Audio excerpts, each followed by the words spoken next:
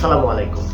আজকে কথা বলবো অন্তর্বর্তীকালীন সরকারের গঠন কি এবং এই অন্তর্বর্তীকালীন সরকারের গঠনটা ঠিক কিভাবে বাংলাদেশে আসতে শুরু করলো এবং যিনি সদ্য অন্তর্বর্তীকালীন সরকারের প্রধান উপদেষ্টা হিসেবে দায়িত্ব পেলেন ডক্টর মোহাম্মদ ইউনূস, যিনি কিনা প্রধানমন্ত্রীর পদমর্যাদা সম্পন্ন একজন ব্যক্তি হিসেবে গণ্য হলেন, তাকে নিয়ে কিছু কথা আজকে আমরা জানার চেষ্টা করবো এবং আপনাদেরকে একটু জানানোর চেষ্টা করবো।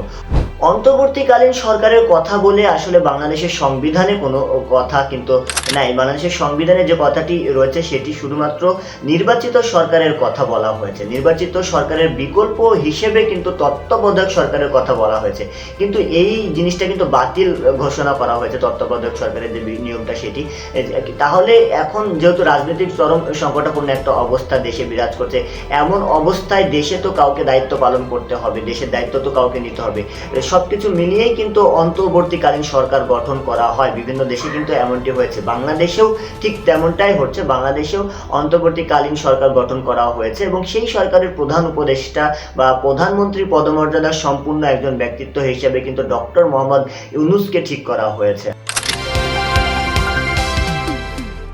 1940 সালের তিনি কিন্তু জন্মগ্রহণ করেন এবং সেই অনুপাতে হিসাব করতে গেলে এই মুহূর্তে তার বয়স দাঁড়ায় 84 বছর বয়স। 2006 সালে তিনি গ্রামীণ ব্যাংকের প্রতিষ্ঠাতা এবং সেই সাথে ক্ষুদ্র ঋণ ও ক্ষুদ্র বৃত্তি প্রবর্তনের জন্য শান্তিতে নোবেল পুরস্কার লাভ করেন। সেই একই বছরে 2006 সালেই তিনি কিন্তু তত্ত্বাবধায়ক সরকারের পক্ষ থেকে তিনি কিন্তু একটা প্রস্তাব পান যে তিনাকে প্রধান উপদেষ্টা করা হবে। তিনি কিন্তু সেই প্রস্তাবটা ফিরিয়ে দেন।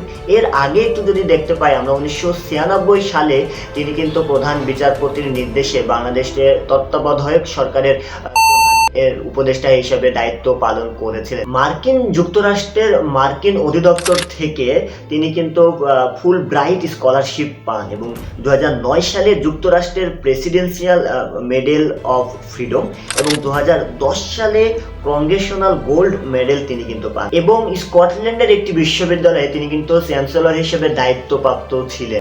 মূলত সংকটাপন্ন অবস্থায় দেশ পরিচালনার জন্য যখন কাউকে দরকার হয় তখনই মূলত অন্তর্বর্তীকালীন সরকারকে গঠন করা হয়, কেননা রাজনৈতিক পদগুলো কিন্তু শূন্য হয়ে যায়। এই কারণে সরকার বা অন্তর্বর্তীকালীন সরকার কিন্তু গঠন করা হয়। বাংলাদেশেও ঠিক তেমনটাই কিন্তু হচ্ছে।